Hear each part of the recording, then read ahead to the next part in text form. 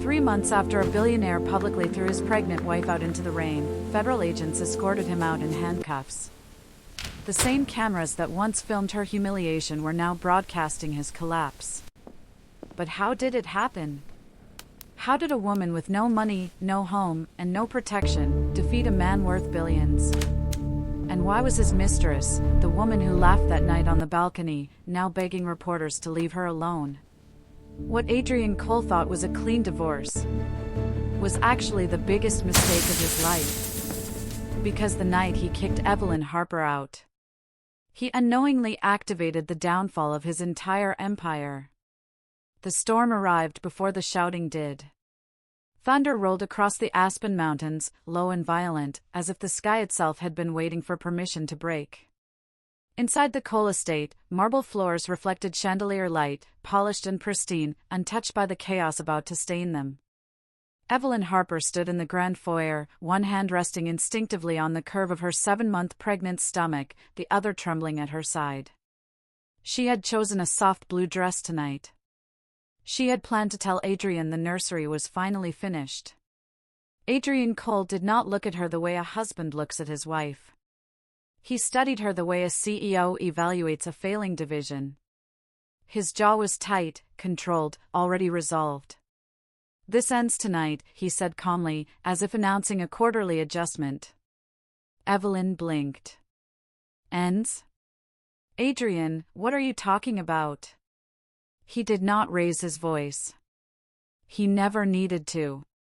"You are no longer an asset to this life." The word asset hit harder than any insult. Before she could process it, 2 security guards stepped forward. A suitcase, already packed, was dragged across the floor and thrown onto the front marble steps. Rain sprayed inward as the doors opened, cold wind cutting through silk and illusion alike. From the balcony above, a slow clap echoed. Bianca Vaughn leaned against the railing wearing Evelyn's ivory silk robe. Champagne glass in hand, lips curved into a triumphant smile, she looked down at Evelyn the way a victor looks at a defeated opponent. "Some women build empires," Bianca said smoothly. "Others just inherit heartbreak." Evelyn's breath shortened. "Adrian, please tell me this is some kind of misunderstanding." "There's no misunderstanding," Adrian replied. "Separation papers were filed this morning. The prenup has been activated. Legal will be in contact." "Filed?" Her voice cracked. "I was at my doctor's appointment this morning. We heard his heartbeat." He did not respond to the mention of their son. In the silence that followed, her phone vibrated. A notification from the bank flashed across her screen, account access restricted. Another followed. Credit services suspended. Adrian had moved quickly. Joint accounts frozen. Cards cancelled. She was being erased in real time. "You're doing this because of the IPO," she whispered. Pieces began aligning. His late nights. The distance. The careful phrasing in public appearances. A pregnant wife didn't fit the narrative of a visionary bachelor CEO about to go public. Adrian's gaze hardened. "This company cannot afford instability." "Instability?" Her voice trembled now, but anger simmered beneath it. "I carried your child. I supported you when you had nothing. And now I have something to protect," he answered. Bianca laughed softly above them. "Let her go, Adrian. She's embarrassing herself." The humiliation deepened as headlights flared beyond the gates. Paparazzi. Flashes pierced the rain. Cameras lifted. The story was already written. Unstable wife removed from billionaire's home. The guard stepped aside, making it clear she was no longer permitted to stand under that roof. A sharp pain tightened across Evelyn's abdomen. She gasped, hand clutching her stomach. Stress. The doctor had warned her about stress. The baby shifted, restless. "Please," she said quietly now, not for herself but for the life inside her. At least let me stay until the storm passes. Adrian turned away. That was the moment something inside her cracked, not into weakness, but into clarity. He had planned this. The papers. The financial lockout. The cameras. Even Bianca's performance. It was strategic. Ruthless. Clean. Rain soaked through her dress as she stepped onto the driveway. The gates slowly closed behind her with mechanical finality. Each click of metal sounded like a verdict. Bianca raised her glass one last time. "Good luck out there, Evelyn." Evelyn didn't answer. She slipped off her wedding ring. For a second, it hovered between her fingers, heavy with memory. Instead of throwing it into the storm, she placed it carefully into her coat pocket. Her breathing steadied. Tears mixed with rain, but her eyes sharpened. Across the street, a black SUV idled quietly, barely noticeable through the downpour. Adrian stood at the foyer window watching her silhouette shrink against the driveway lights. For a flicker of a second, doubt brushed against him. Then his phone buzzed with a message from his legal team, all secured. He exhaled. Halfway down the long private road, Evelyn's knees buckled. She sank beside the suitcase, cold asphalt pressing through her skin. Thunder cracked overhead. The estate loomed behind her like a fortress she had once called home. Her phone vibrated again. Unknown number. A single message appeared on the screen. "I know what Adrian is hiding. Meet me tonight if you want the truth." The rain had not stopped by the time Evelyn reached the small roadside diner 2 miles from the estate. Neon lights flickered against the wet pavement, casting distorted reflections that felt as unstable as her future. She sat inside a rideshare vehicle for nearly a full minute before stepping out, staring at the unknown message on her phone again. It could be a trap. It could be Adrian tightening control. But her hand instinctively covered her stomach, and maternal instinct overruled fear. If there was something to know, she needed to know it now. The cafe was nearly empty, save for a barista cleaning counters and a man seated in the far corner booth. He looked up the moment she entered. Mid-40s, clean-cut but tense, eyes scanning the room before settling on her. He stood awkwardly when she approached. "Evelyn Harper?" he asked quietly. She did not sit immediately. "You sent the message." "My name is Marcus Hale. I used to be the chief financial officer at Cole Innovations." "Used to." The word lingered. "I resigned 3 weeks ago," Marcus continued, voice low but urgent. "Or at least that's what the press release said." Evelyn slid into the booth across from him, rainwater still clinging to her coat. "If this is about my marriage, save it. I've seen enough." "It's not about the marriage," Marcus replied. "It's about why your marriage ended tonight." That shifted her attention. She studied him carefully. His hands were steady but pale, like someone who had not slept well in days. "Adrian didn't remove you because of an affair," Marcus said. "He removed you because you're a liability." Her jaw tightened. "Explain." Marcus leaned forward. "The IPO next week will make Cole Innovations untouchable. Once shares go public, scrutiny decreases. But there's something buried inside the company's financial structure that cannot survive a federal audit." He paused, gauging her reaction. She didn't interrupt. "Adrian has been manipulating revenue projections for 18 months. Artificial growth patterns. Inflated user acquisition numbers. And there's more. Government data contracts that cross legal boundaries. Personal data harvesting without consent." Evelyn felt her heartbeat spike. "That's not possible." The board sees what he allows them to see," Marcus cut in. "He operates through shell corporations in Delaware and offshore accounts in the Caymans. Funds rerouted, digital assets masked. It's brilliant. And illegal. Thunder cracked again outside, softer now but persistent. "Why tell me?" she asked carefully. Marcus hesitated, then slid a small flash drive across the table. "Because your signature appears on authorization documents approving 2 of those offshore transfers." She stared at him. "I never signed anything like that." "You did," he replied quietly. "At least digitally. Spousal authorization protocols. He used your credentials." The room felt smaller. "So he's framing me." "Not framing," Marcus said grimly. "Positioning. If regulators dig too deep, there's a convenient narrative: emotionally unstable wife mismanages confidential documentation. The smear campaign. The paparazzi.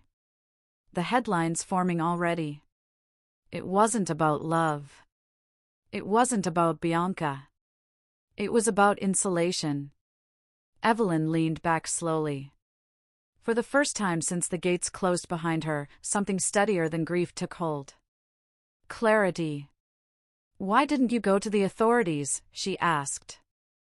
Marcus gave a humorless smile. "You think I haven't tried?" Evidence disappears. Hard drives wiped. Internal compliance reports rewritten. Adrian believes I destroyed my copies when I resigned. "And did you?" "No." Silence stretched between them. The weight of the flash drive on the table felt heavier than gold. "Why risk this?" Evelyn pressed. "Because I have daughters," Marcus replied, voice tightening. "And I won't watch a man like Adrian weaponize a pregnant woman to protect a crime." Outside the window, a black SUV rolled slowly past before parking across the street. Its headlights dimmed but did not turn off. Marcus noticed it too. "He's already watching you." Evelyn didn't look immediately. She refused to show fear. "If what you're saying is true, exposing this destroys him." "Yes." "And if it's handled wrong?" "He destroys you first." She absorbed that carefully. Her world had shattered hours ago. Now she understood the architecture behind it. Adrian had not just discarded her, he had calculated her removal to eliminate risk before launch day. She picked up the flash drive, holding it between her fingers. "What's on this?" Transaction trails. Internal emails. Voice memos. Enough to halt the IPO if presented correctly. "Correctly," she repeated. "You'll need the right attorney. Someone who understands federal securities law." The SUV's driver door opened briefly, then shut again. Marcus's voice lowered. "You are the only person Adrian underestimated. He thinks you'll retreat. He thinks you'll protect him out of habit." Evelyn stood, sliding the flash drive into her coat pocket beside her wedding ring. The symbolism wasn't lost on her. "He made a mistake tonight," she said calmly. Marcus met her gaze. "Just don't underestimate him back."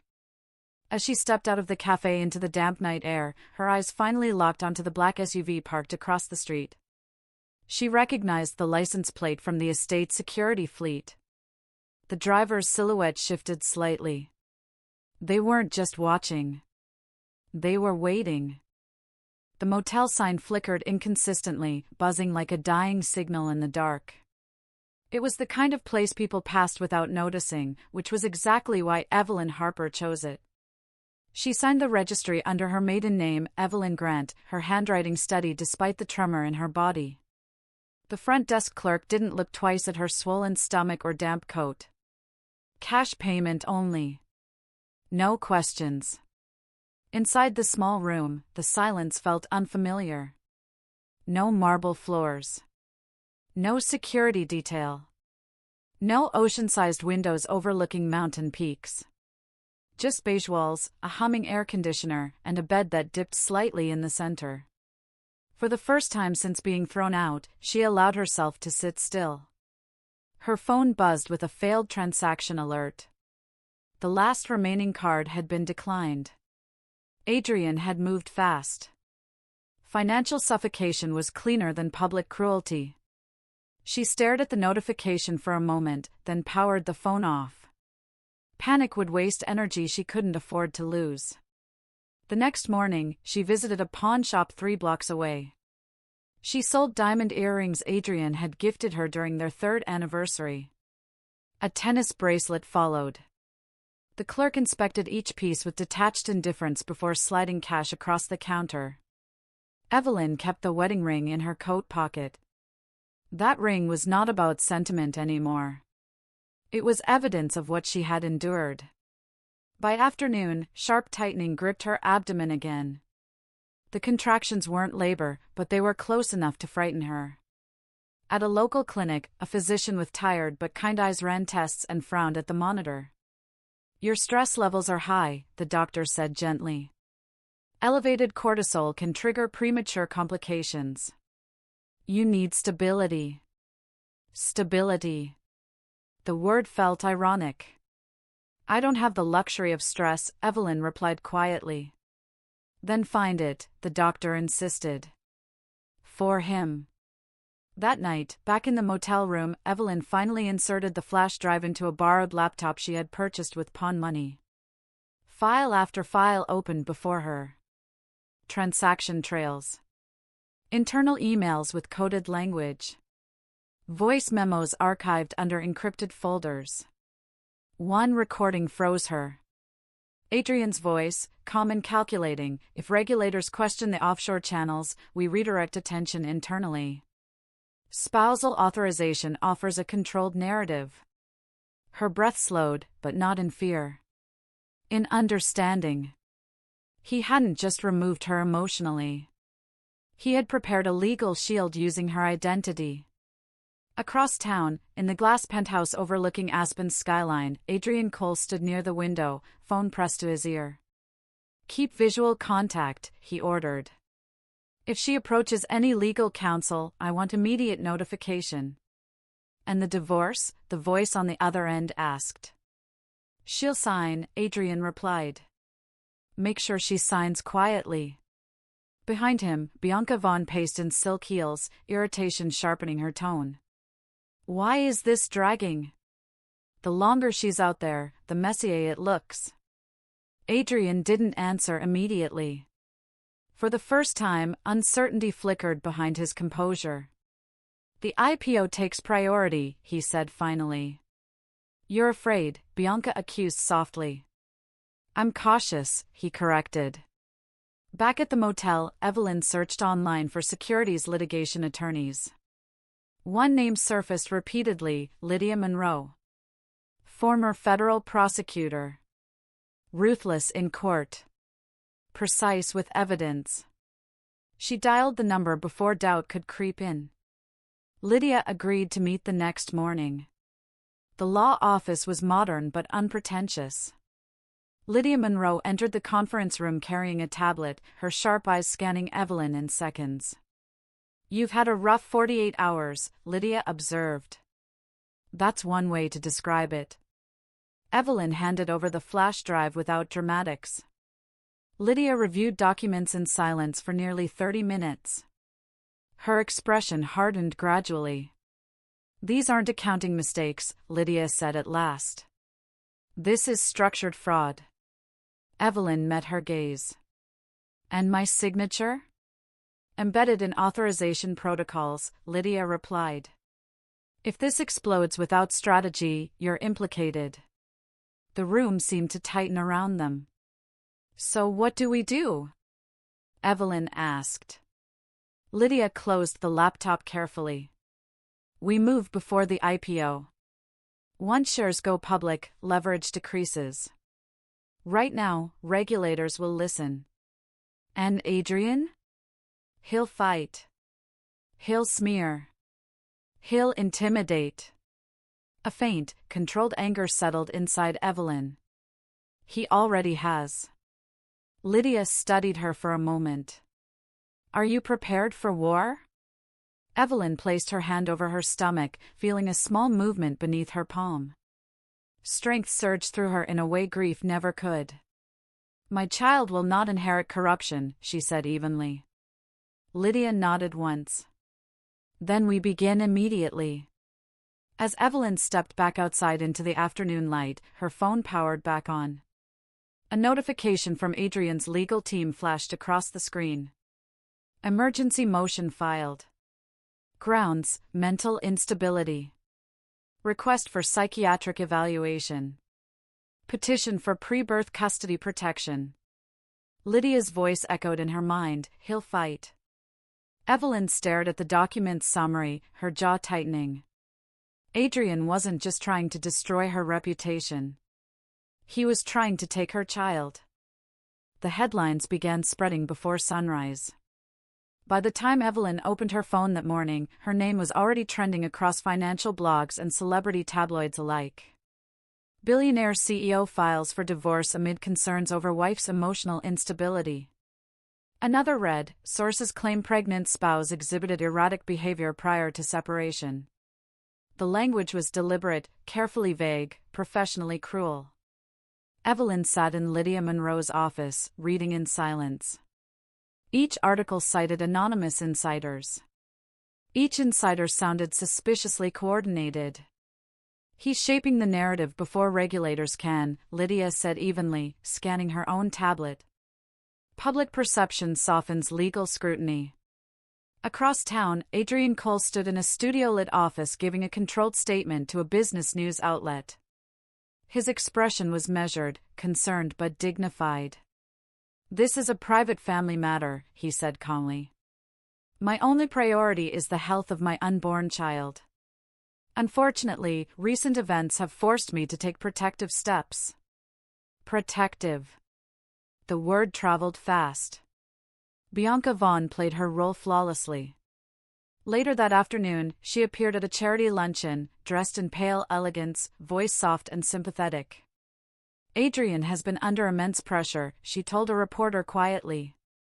"Some women just crumble under that kind of environment." Clips circulated within hours. Social media erupted.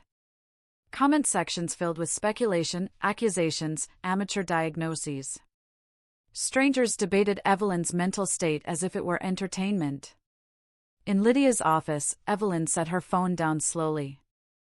Her face remained calm, but her knuckles were white. "He wants you reactive," Lydia observed. "Anger feeds his case." "I'm not angry," Evelyn said, her voice low but steady. "I'm focused." And she was. Beneath the humiliation, something colder was forming. Adrian believed reputation equaled truth. He believed if enough people repeated a claim, it became reality. What he failed to account for was patience. Over the next 48 hours, Lydia filed a temporary restraining order citing harassment and coordinated defamation. Digital forensic teams duplicated the flash drive's contents across secure servers. Copies were encrypted and stored beyond Adrian's reach. Meanwhile, the IPO countdown clock continued ticking. 10 days. In his penthouse office, Adrian monitored the media metrics himself. "Engagement is stabilizing," his communications director reported. "Sentiment analysis shows 60% alignment with your statement." "Good," Adrian replied.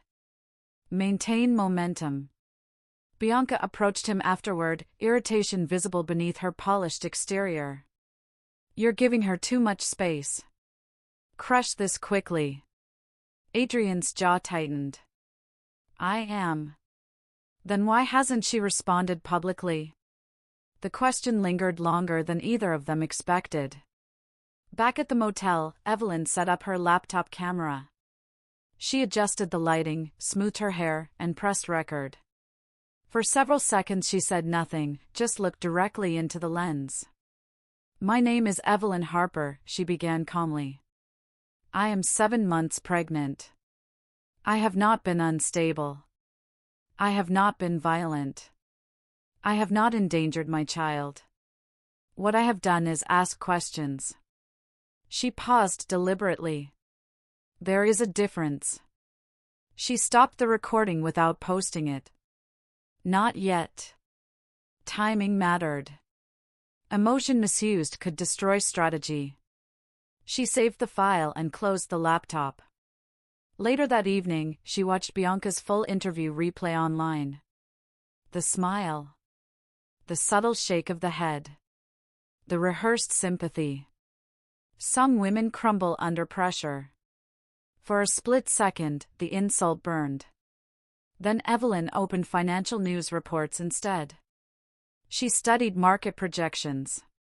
Investor confidence patterns. The legal window before an IPO becomes insulated from disruption.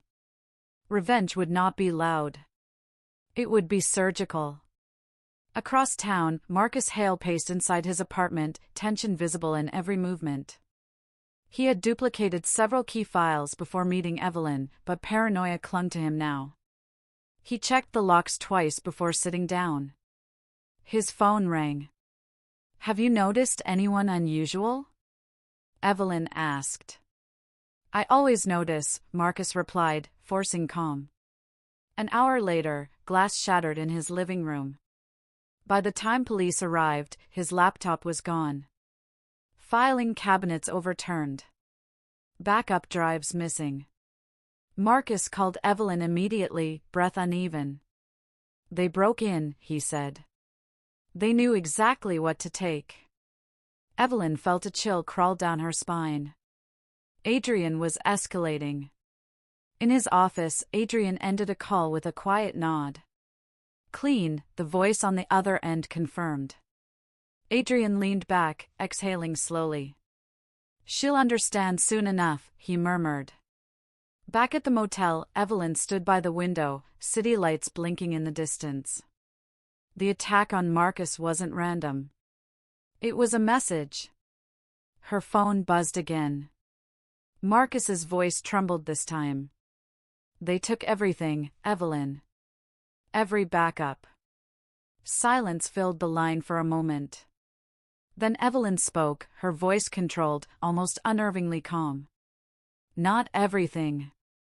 She reached into her coat pocket and touched the flash drive still hidden there. But before she could say more, Lydia's name flashed across her screen on another incoming call. When Evelyn answered, Lydia did not waste time. "We have a problem," Lydia said. "Worse than a break-in?" "Yes." Evelyn's pulse steadied rather than spiked. "What now?" Lydia's voice lowered. "Adrian just filed an emergency petition claiming you are mentally unfit for custody and requesting a court-ordered psychiatric evaluation within 72 hours. The courtroom air felt colder than it should have. Not because of temperature, but because timing had become everything. Adrian believed he had already contained the damage. The psychiatric petition was meant to corner Evelyn, force her into defensive mode, drain her credibility before the IPO bell rang. What he didn't know was that Lydia Monroe had moved first. At precisely 8:17 a.m., an emergency injunction request was filed with the Securities and Exchange Commission under sealed evidence submission. The flash drive's contents, transaction trails, internal emails, and the recorded contingency memo were encrypted and delivered through official federal channels. It was not a press leak. It was not a threat. It was procedure. By 10:42 a.m., Cole Innovations received notice, IPO temporarily suspended pending preliminary audit review. On Wall Street, hesitation spreads faster than scandal. Investors began calling. Analysts requested clarification. Trading forums buzzed with speculation. Financial networks shifted tone within hours. What had been framed as a domestic dispute suddenly carried regulatory undertones. In his penthouse office, Adrian stared at the notice on his tablet, disbelief hardening into fury. "She wouldn't dare," he muttered under his breath. But she had. His communications director stood rigid across from him. "We can frame this as routine oversight," she suggested cautiously. "Temporary compliance review." Adrian's eyes darkened. Find out exactly what she submitted. Across town, Bianca Vaughn scrolled through her phone in growing panic. Invitations to private events began disappearing from her inbox. Two socialite friends cancelled lunch within minutes of each other. The narrative was shifting, and Bianca felt it in the subtle withdrawal of attention. "This is spiraling," she snapped at Adrian later that afternoon. "Fix it." "I am fixing it," he replied sharply. "She's bluffing." But Adrian knew Evelyn well enough to recognize something had changed the night he threw her out. The woman who once hesitated now calculated. By evening, financial news headlines evolved: Coal Innovations IPO delayed amid regulatory questions. The word unstable had quietly disappeared from coverage.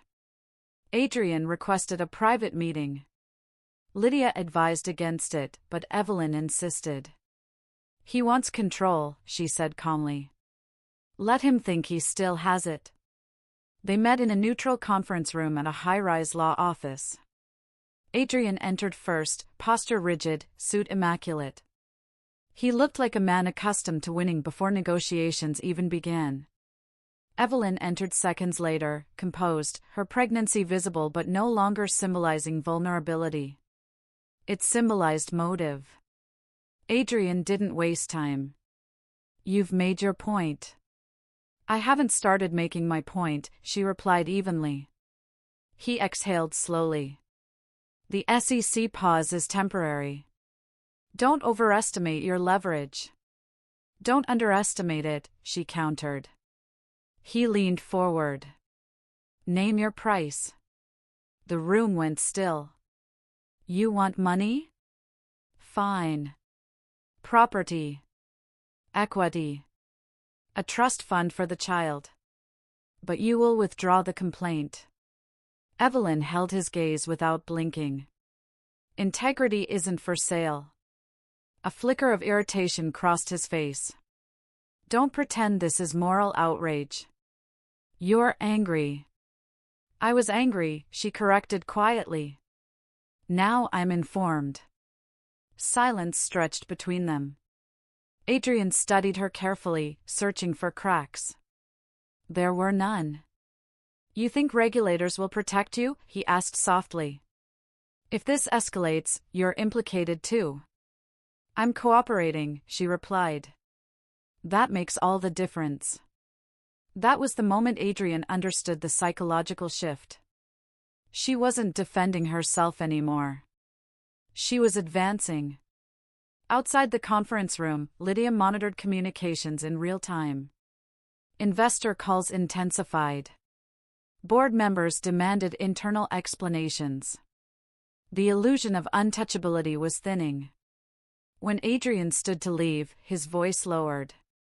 "If this destroys the company, you destroy your child's inheritance." Evelyn rose slowly, one hand resting lightly on the table for balance.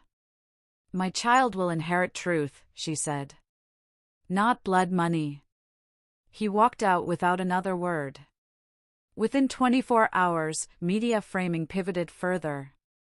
Analysts began referring to Evelyn not as a distressed spouse but as a whistleblower. Legal commentators debated corporate ethics rather than marital drama. Public sympathy recalibrated. Adrian's fury grew sharper, but so did something else: concern. The more he tried to contain the damage quietly, the more formal it became.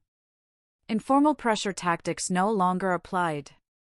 Late that evening, Lydia's phone rang. She stepped into the hallway to answer, listening intently. When she returned, her expression had shifted from strategic to grave. "It's moving faster than expected," she said. Evelyn looked up. "How fast?" "Federal investigators have formally opened an inquiry into Coal Innovations." The weight of that sentence settled heavily. "They want full cooperation," Lydia continued. "Including sworn testimony." Evelyn absorbed it without flinching. "When?" she asked. "Immediately." The IPO wasn't just paused now. It was under investigation. And Adrian Cole was no longer in control. The subpoenas arrived at dawn. Not metaphorically. Not symbolically. Physically.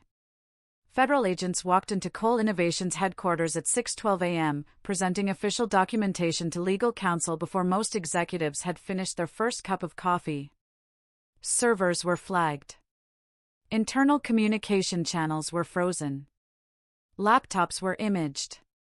The illusion of control evaporated with procedural efficiency. By noon, 2 board members had resigned. By 3, a third issued a public statement distancing himself from operational oversight. Adrian Cole stood in the center of his glass office, watching the city below as if altitude could restore authority. His phone vibrated relentlessly: investors, lawyers, political contacts. The same people who once competed for his attention now demanded explanations. "Trace the exposure point," he ordered his legal team. "I want every authorization log reviewed." The response came back colder than he expected. "The offshore transfers were executed under your biometric credentials, Adrian. The encryption confirms it." His jaw tightened. He had always trusted technology more than people.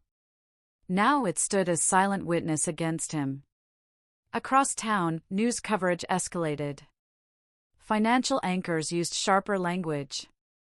Words like fraud, federal scrutiny, and executive liability replaced speculation. Analysts replayed archived interviews of Adrian praising transparency, the irony now impossible to ignore. Bianca Vaughn adjusted quickly. By late afternoon, she issued a carefully worded statement through her publicist: "I was not involved in corporate decision-making and had no knowledge of internal financial operations." Her social media presence softened overnight: less luxury, more vague inspirational quotes about resilience. When confronted privately, she did not hide her irritation. "You told me everything was clean," she snapped. "It is clean," Adrian replied sharply. "This is temporary noise." "Noise doesn't come with subpoenas," she shot back. For the first time, Adrian studied her not as an ally, but as a variable. If federal pressure intensified, someone would need to absorb impact. Bianca had proximity, public visibility, emotional volatility. He began calculating. Meanwhile, Evelyn sat in a hospital room under soft fluorescent lights, and 4 lines studying her dehydration. The stress had triggered severe contractions again. Doctors ordered short-term monitoring to prevent premature labor. Lydia stood beside her bed, reviewing new filings. "You need rest," Lydia said firmly. "I'll rest after testimony," Evelyn replied, though her voice lacked its usual steel. The baby's heartbeat echoed steadily through the monitor, grounding her. This wasn't revenge anymore. It was protection. Marcus Hale had been placed under protective custody after reporting the break-in formally to investigators. 2 agents escorted him during preliminary interviews. His fear had shifted into cautious relief. The system was finally moving. But Adrian was not finished. That evening, Evelyn received a private call from a restricted number. She answered despite Lydia's warning glance. Adrian's voice filled the silence, controlled but edged with strain. "You've escalated this beyond repair." "You escalated it the night you threw me out," she replied calmly. "You think federal involvement protects you?" he pressed. "Custody battles can get ugly. Mental health evaluations can be subjective." There it was. The threat. Evelyn closed her eyes briefly, studying herself. "Are you threatening the mother of your child?" "I'm reminding you," Adrian said coldly, "that consequences exist." She opened her eyes again, gaze sharp despite hospital exhaustion. "So does evidence." The line went dead. Lydia stepped closer. "He's desperate. That makes him unpredictable." "Good," Evelyn whispered.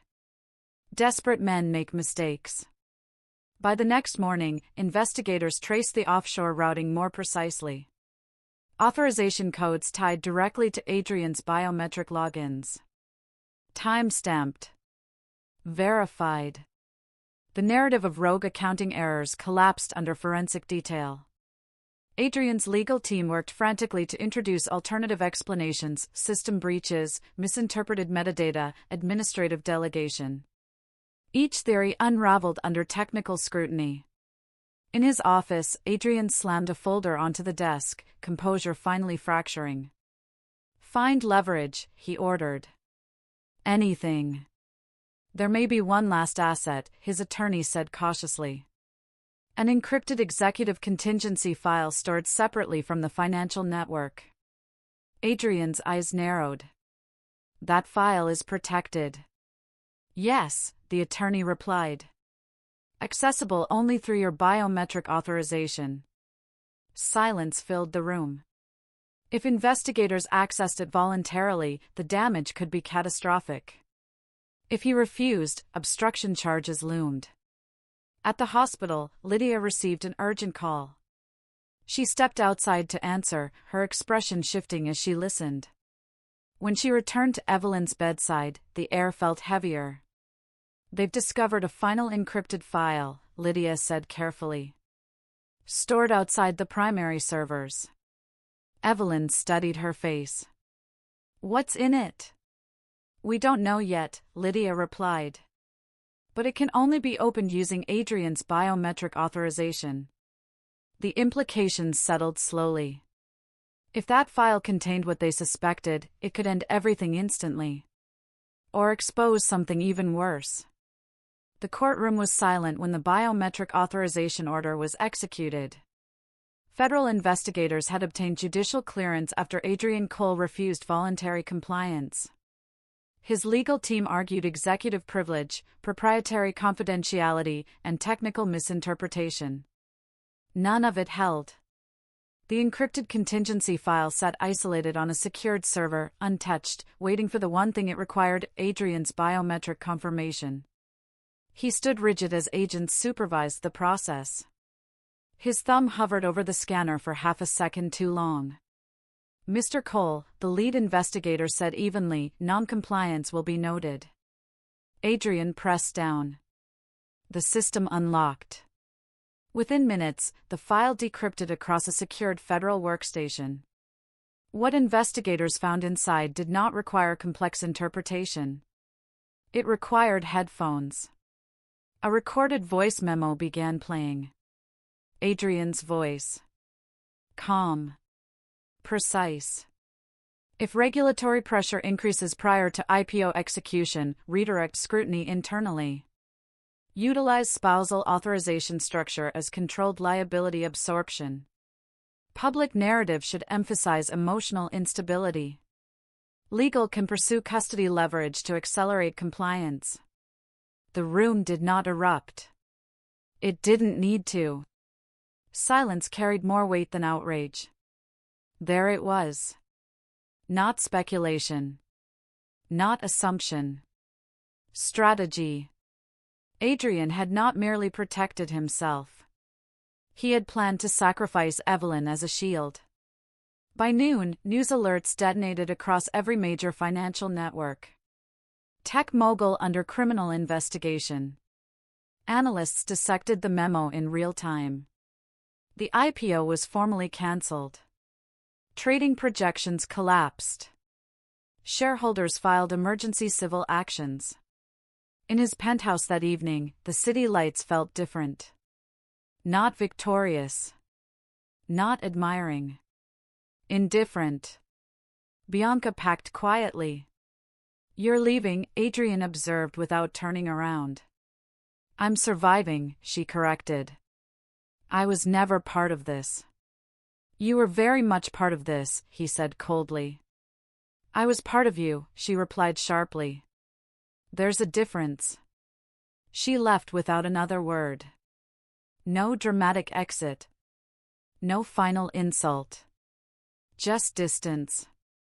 Within hours, her social media accounts removed every photograph connected to him. The elite circle that once orbited Adrian recalibrated with ruthless efficiency. Calls went unanswered. Invitations vanished. Silence replaced admiration. Across town, Evelyn sat at a long conference table surrounded by Lydia Monroe, federal counsel, and two investigators. She listened to the playback of the memo only once. Her expression did not fracture. She absorbed it. "This confirms intent," Lydia said firmly. "It dismantles the instability narrative." The custody petition was dismissed within days. The psychiatric evaluation request was withdrawn by Adrian's own attorneys. Judges do not respond kindly to documented manipulation of family court as corporate strategy. Financial restitution proceedings began immediately. Frozen accounts were re-evaluated. Asset division recalculated under fraud exposure statutes. But none of that matched the moment federal agents arrived at Adrian's penthouse with a warrant for his arrest. He did not resist. He adjusted his cufflinks, straightened his jacket, and walked toward the elevator as cameras flashed below. The same media machine he once mastered now magnified every step downward. At street level, reporters shouted questions. "Did you frame your wife? Were you planning to falsify custody claims? Is this the end of Cole Innovations?" Adrian did not answer. Across the street, inside a black sedan parked discreetly away from the chaos, Evelyn watched through tinted glass. Lydia had advised her not to attend. She had insisted. When Adrian was guided toward the federal vehicle, he paused briefly, scanning the crowd. His eyes found hers almost instantly. For a second, the world seemed to narrow between them. He did not look broken. He looked furious. The door of the federal SUV opened. Agents waited. As he stepped forward, he held Evelyn's gaze and spoke clearly enough for her to read his lips. "This isn't over." The door shut. The vehicle pulled away. Evelyn remained still long after it disappeared into traffic. Not because she doubted herself. Not because she feared him. But because she understood something fundamental. Men like Adrian did not collapse quietly. They recalculated. And even in handcuffs, his mind was still working. 3 months later, the storm that once swallowed Evelyn Harper had long passed, but its consequences remained etched into every headline, every courtroom transcript, every balance sheet rewritten under federal review. The delivery room lights were softer than the flashbulbs that had once chased her down a driveway. This time, the air carried anticipation instead of humiliation. When her son was born, his cry cut through the silence with startling strength. Oliver Cole Harper entered the world not as an heir to a collapsing empire, but as a child untouched by it. Evelyn held him against her chest, exhaustion and triumph mixing into something steadier than victory. She had not destroyed Adrian. She had survived him. Outside the hospital, public perception had fully inverted.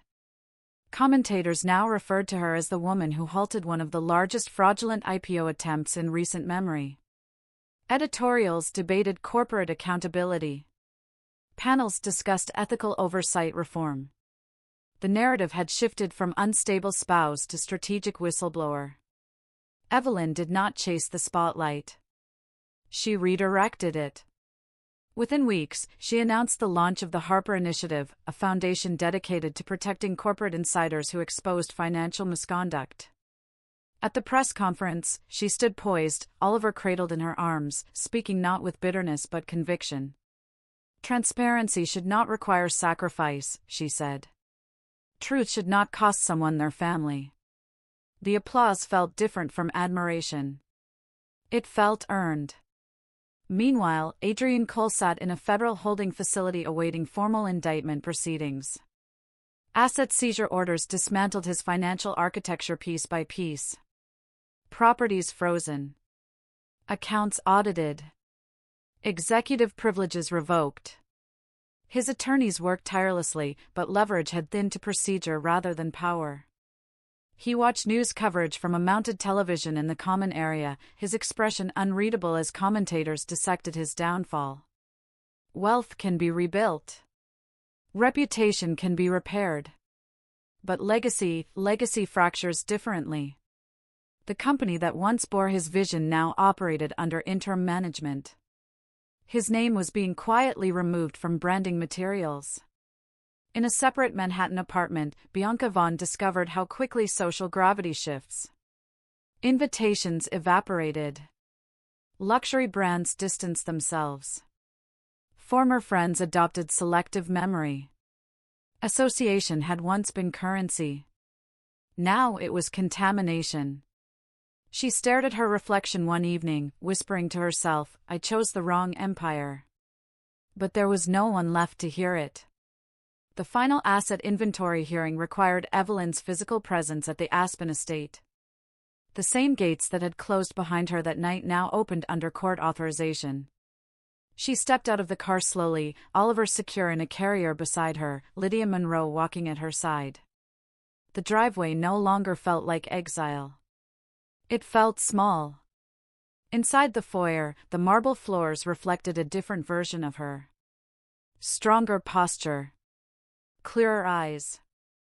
No hesitation. Court-appointed officials cataloged artwork, vehicles, securities documentation. Adrian was not present. He had waived attendance. As proceedings concluded, Evelyn reached into her coat pocket and removed the wedding ring she had carried since that stormy night. She walked to the long mahogany table where asset transfer documents were being signed and placed the ring down gently. Not thrown. Not discarded. Released. Lydia noticed but said nothing. Before leaving, Evelyn stepped briefly onto the front steps. The sky above Aspen was clear, painfully blue, as if mocking the memory of thunder. She adjusted Oliver's blanket and whispered softly, "You will inherit truth, not fear." The statement was not dramatic. It was a vow. As the car drove away from the estate for the final time, her phone buzzed in Lydia's hand. Lydia glanced at the screen, then looked toward Evelyn with measured curiosity. "You're not going to rest long, are you?" Lydia asked. Evelyn arched an eyebrow slightly. "Why?" "Another corporation reached out this morning," Lydia replied. "They're restructuring after internal compliance failures. They want you to lead national ethical oversight reforms." Evelyn looked down at Oliver, who slept peacefully, unaware of legacies and indictments. "Do they understand what that means?" she asked. "They do," Lydia answered. "And they're prepared to back it publicly." Outside the window, mountains stretched endlessly ahead. The future no longer felt like survival. It felt like design. Evelyn exhaled slowly, not from relief but readiness. "Set the meeting," she said quietly. Because fate had not just reversed.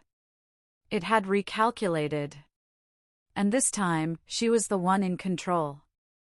Some stories aren't just watched, they're felt.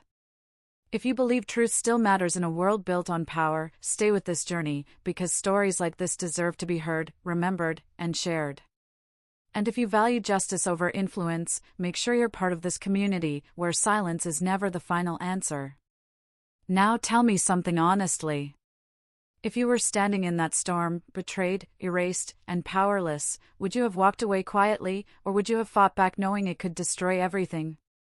I want to know what you would have done.